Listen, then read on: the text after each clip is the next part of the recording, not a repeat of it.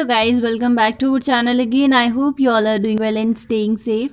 So आज से हम स्टार्ट करने वाले हैं maths classes for the BLW exam and also other exams. But जैसे कि आपको पता है BLW एग्ज़ाम में जो आपका ज्योमेट्री टॉपिक भी है, मतलब ज्योमेट्री भी आपको आएगा.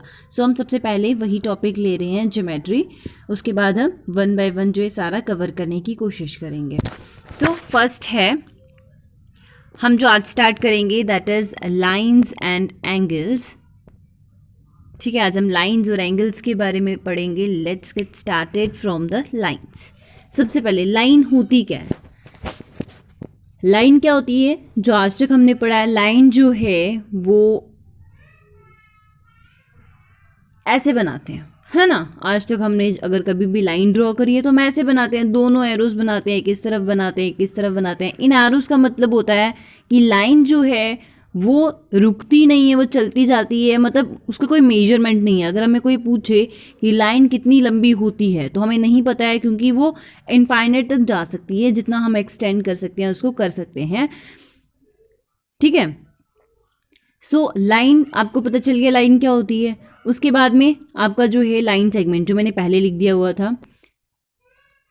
लाइन सेगमेंट पढ़ने से पहले हमें लाइन पढ़ना था, तो मैंने आपको बता दिया कि लाइन जो है उसको हम इस तरह से ड्रॉ करते थे. लेकिन इसका मतलब क्या है? एरोस का मतलब है कि लाइन जो है वो मेजर नहीं कर सकते हैं, हम जितनी चाहे उतनी एक्सटेंड कर सकते हैं दोनों तरफ से.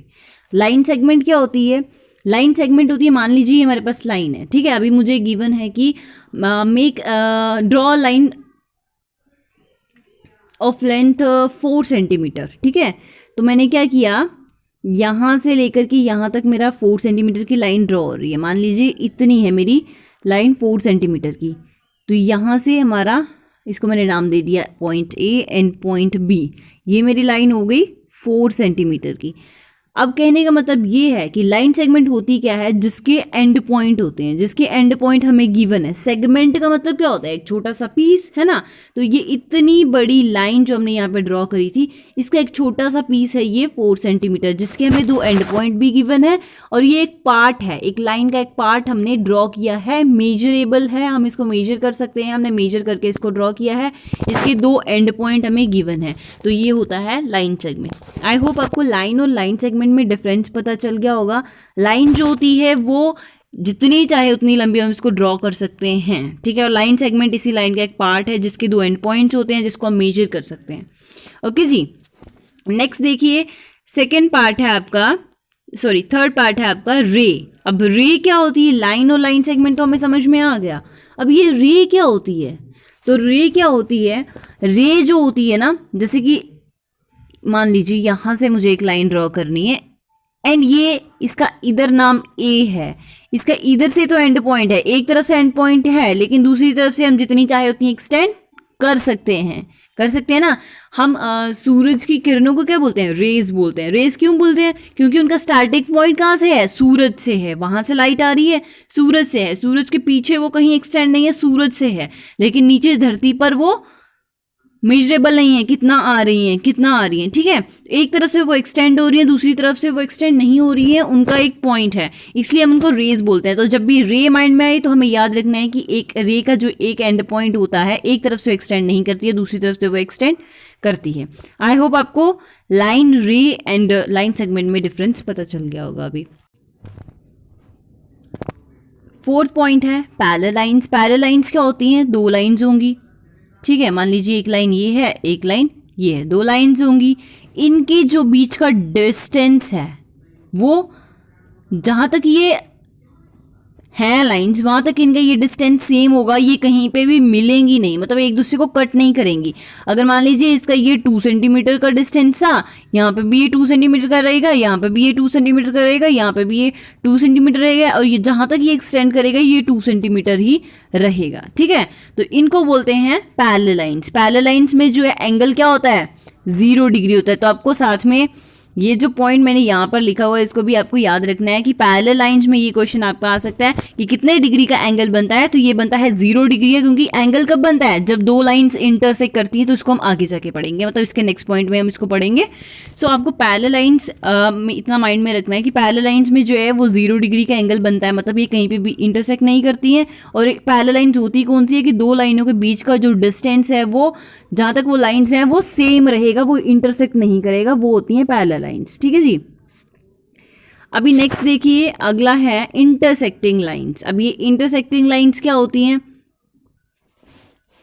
इंटरसेक्टिंग लाइंस क्या होती हैं? जब दो लाइन आपस में कट करती हैं एक दूसरे को, मान लीजिए एक लाइन ये है, एक लाइन ये है, ये दोनों लाइंस क्या यहाँ पर इस पॉइंट पर कट कर रही हैं, है ना, इस पॉइंट पर ये दोनों मिल रही हैं, कट कर रही हैं, कट करके ये आगे एक्सटेंड हो रही हैं। जब दो लाइंस आपस में कट करती हैं तो इनको बोलते हैं इंटरसेक्टिंग लाइंस। क्या बोलते हैं? Intersecting lines. और जिस पॉइंट पे ये कट करती हैं, मान लीजिए इस पॉइंट पे उन्होंने कट किया, तो इस पॉइंट को क्या बोलेंगे? Intersecting point. क्या बोलते हैं? Intersecting point. और जहां जब ये लाइंस, जब दो लाइंस कट होती हैं, यहाँ पे ये क्या बनाती हैं? एंगल्स बनाती हैं। ठीक है, एंगल्स कब बनते हैं? जब दो लाइंस इंटरसेक्ट करती हैं। पैरेलल लाइन में इसीलिए 0 डिग्री का एंगल होता है, क्योंकि पैरेलल लाइन जो क्या होती हैं, सेम डिस्टेंस होता है, वो इंटरसेक्ट नहीं करती, इसलिए उनमें 0 डिग्री का एंगल होता है। लेकिन जब दो लाइंस इंटरसेक्ट कर रही हैं तो वो क्या बनाती हैं? एंगल्स बनाती हैं। ठीक है, चलिए जी आगे। अब नेक्स्ट है आपका perpendicular line. Perpendicular line, perpendicular line क्या होती है?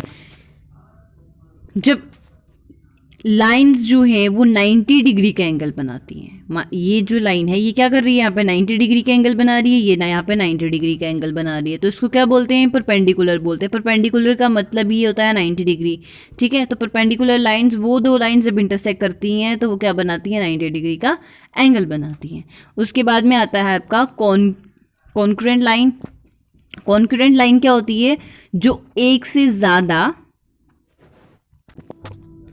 तो क्या होती है कॉन्करेंट लाइंस? कॉन्करेंट लाइन क्या होती है? जब भी किसी पॉइंट से, मान लीजिए ये एक पॉइंट है, इस पॉइंट से दो से ज़्यादा लाइंस इंटरसेक्ट करती हैं। ठीक है जी, जैसे ये दो लाइंस इंटरसेक्ट करी तो हम इनको इंटरसेक्टिंग लाइंस बोल देते हैं, बोलते हैं ना। अगर ये स्ट्रेट मतलब 90 डिग्री का एंगल बना रही है तो उसको परपेंडिकुलर भी बोल देंगे। लेकिन जब कोई पॉइंट से दो से ज़्यादा लाइन पास कर जाती हैं तो उनको बोलते हैं कॉन्करेंट लाइंस। और जहाँ से ये इंटरसेक्ट कर रही हैं उस पॉइंट को क्या बोलेंगे? Concurrent point. ठीक है, उसको बोलेंगे कॉन्करेंट पॉइंट। सो ये थी आपकी कुछ लाइंस। अब हम पढ़ेंगे एंगल्स के बारे में, जबकि मैं आपको एक बार बता चुकी हूँ कि एंगल्स होते क्या हैं। एंगल्स क्या होते हैं? जब भी दो लाइंस इंटरसेक्ट करती हैं, ये जो बनाती हैं एंगल्स, ये इंटरसेक्ट करने के बाद में ये मतलब जो इनकी पार्ट्स हैं ना अलग अलग, ये एंगल्स बना रही हैं, तो ये हो गए एंगल्स। एंगल्स हम जो है नेक्स्ट क्लास में पढ़ेंगे। आई होप आपको इतना समझ में आ गया होगा। अगर किसी को कोई डाउट है या कुछ पूछना है तो कमेंट बॉक्स में कमेंट करके पूछ सकते हैं। Thank you.